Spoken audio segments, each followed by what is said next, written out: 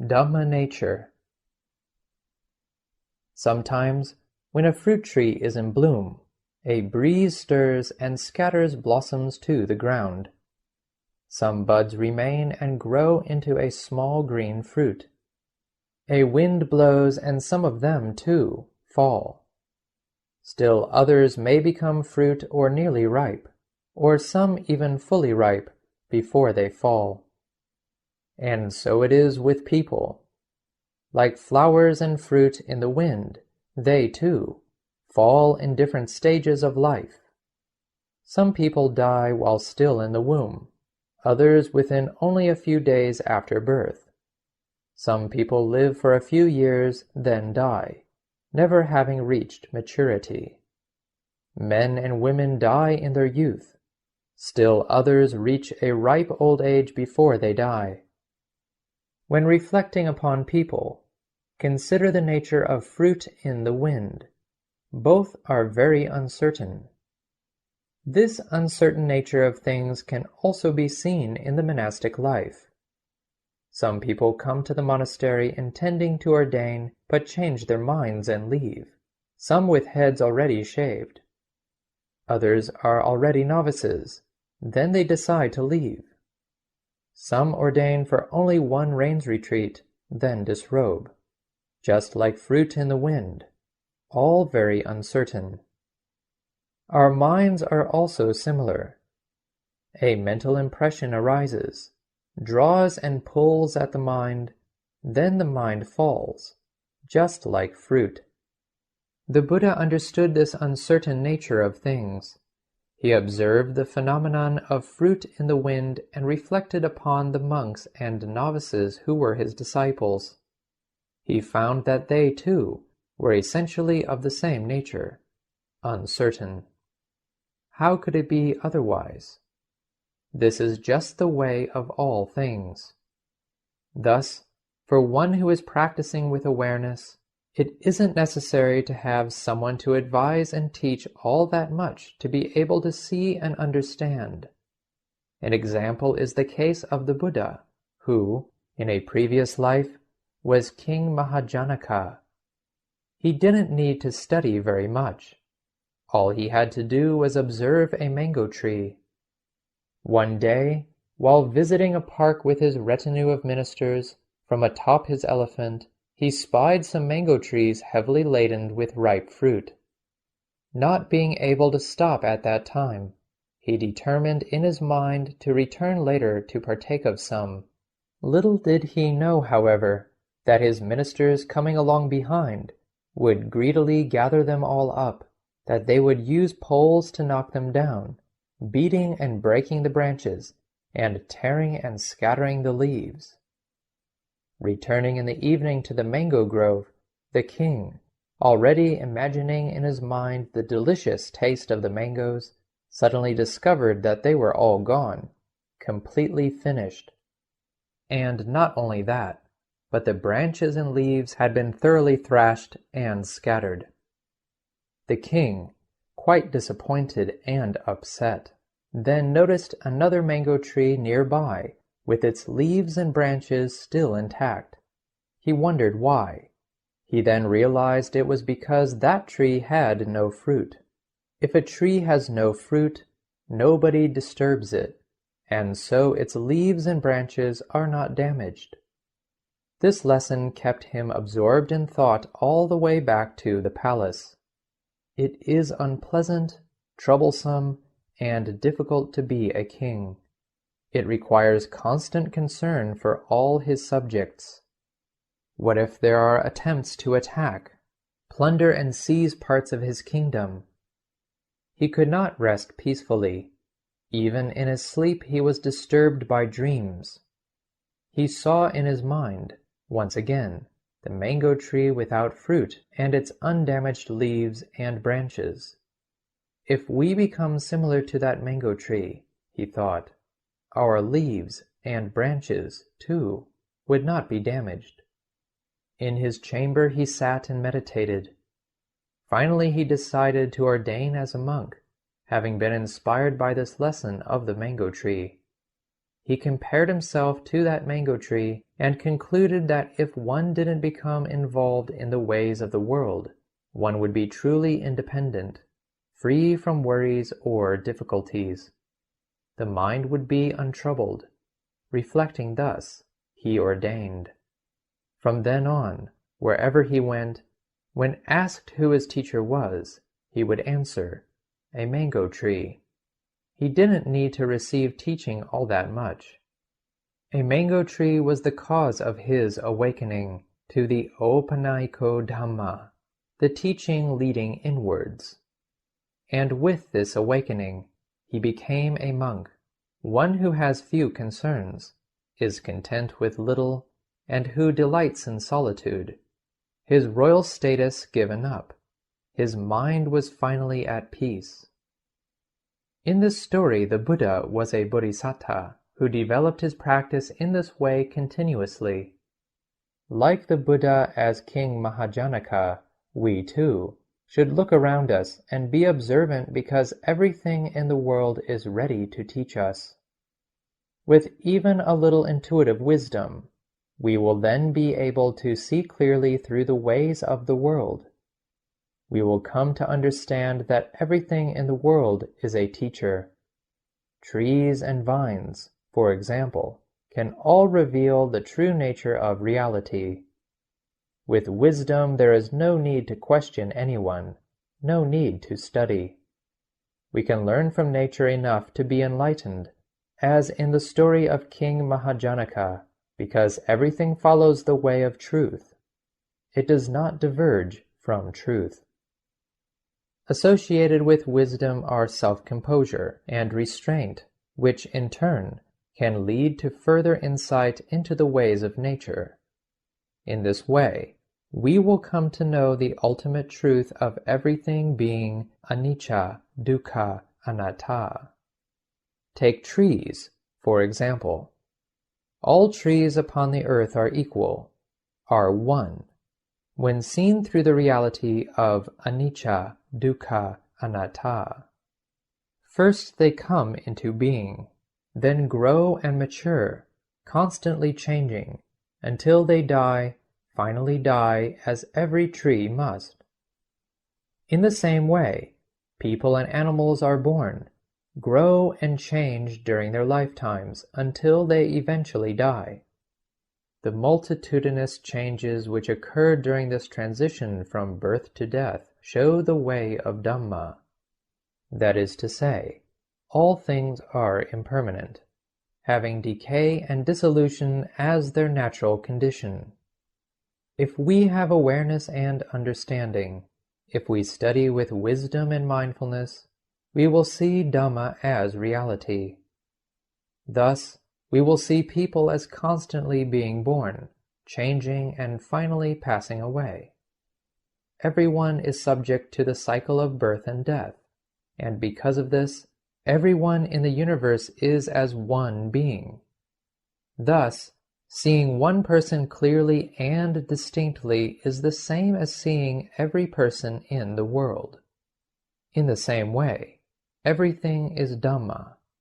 Not only the things we see with our physical eye, but also the things we see in our minds.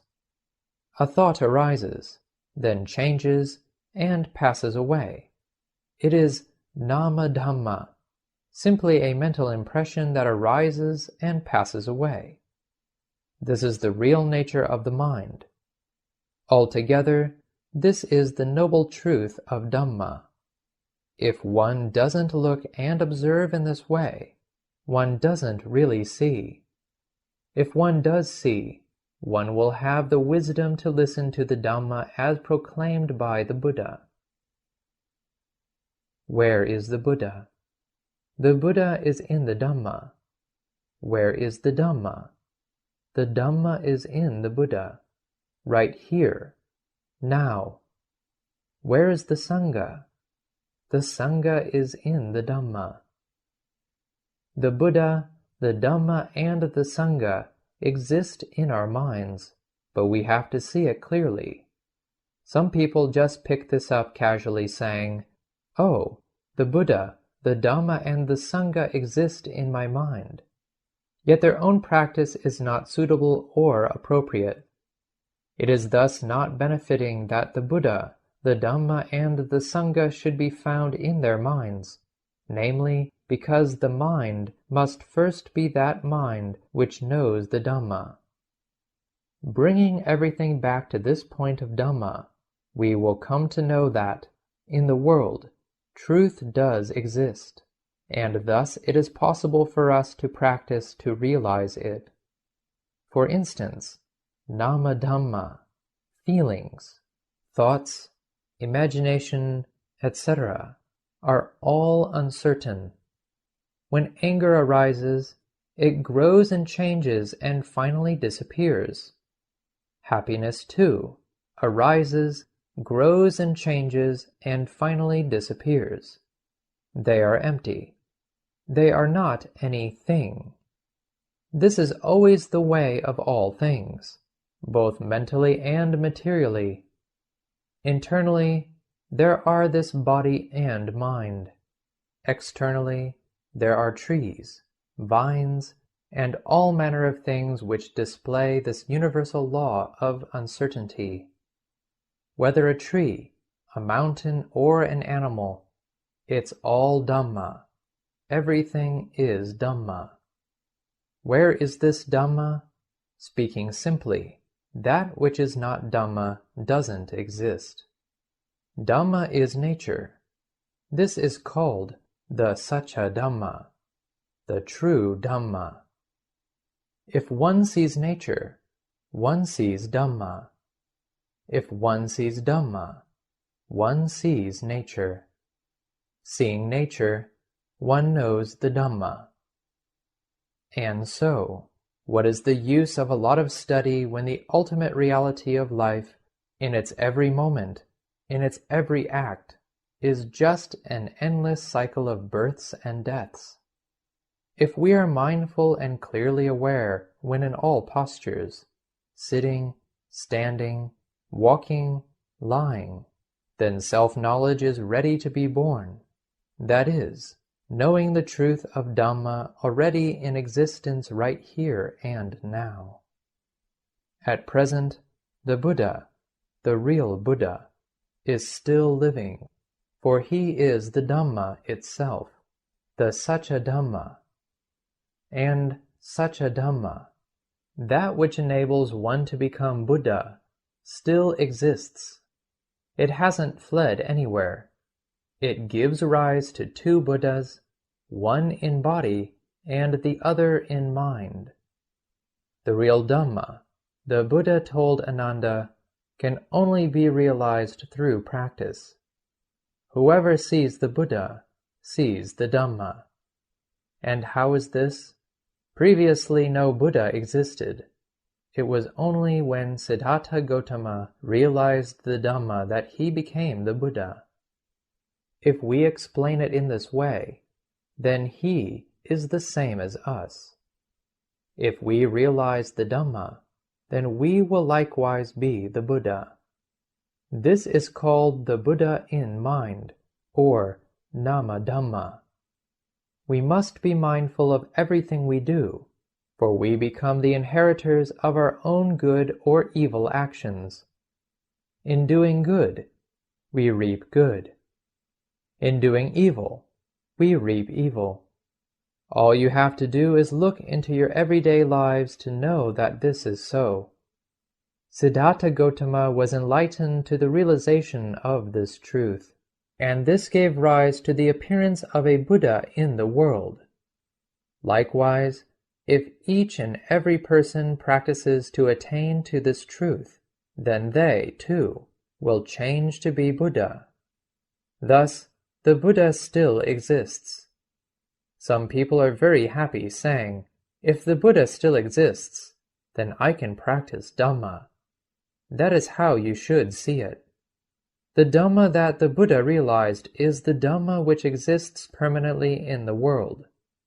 It can be compared to groundwater which permanently exists in the ground. When a person wishes to dig a well, he must dig down deep enough to reach the groundwater. The groundwater is already there. He does not create the water. He just discovers it. Similarly, the Buddha did not invent the Dhamma, did not decree the Dhamma. He merely revealed what was already there. Through contemplation, the Buddha saw the Dhamma. Therefore it is said that the Buddha was enlightened, for enlightenment is knowing the Dhamma. The Dhamma is the truth of this world. Seeing this, Siddhartha Gautama is called the Buddha. And the Dhamma is that which allows other people to become a Buddha, one who knows Dhamma. If beings have good conduct and are loyal to the Buddha Dhamma, then those beings will never be short of virtue and goodness. With understanding, we will see that we are really not far from the Buddha, but sitting face to face with him. When we understand the Dhamma, then at that moment we will see the Buddha. If one really practices, one will hear the Buddha Dhamma whether sitting at the root of a tree, lying down, or in whatever posture. This is not something to merely think about. It arises from the pure mind. Just remembering these words is not enough, because this depends upon seeing the Dhamma itself, nothing other than this. Thus, we must be determined to practice to be able to see this, and then our practice will really be complete. Wherever we sit, stand, walk, or lie, we will hear the Buddha's Dhamma. In order to practice his teaching, the Buddha taught us to live in a quiet place, so that we can learn to collect and restrain the senses of the eye, ear, nose, tongue, body, and mind. This is the foundation for our practice, since these are the places where all things arise, and only in these places. Thus we collect and restrain these 6 senses in order to know the conditions that arise there. All good and evil arise through these 6 senses. They are the predominant faculties in the body. The eye is predominant in seeing, the ear in hearing, the nose in smelling, the tongue in tasting, the body in contacting hot, cold, hard, and soft, and the mind in the arising of mental impressions. All that remains for us to do is to build our practice around these points.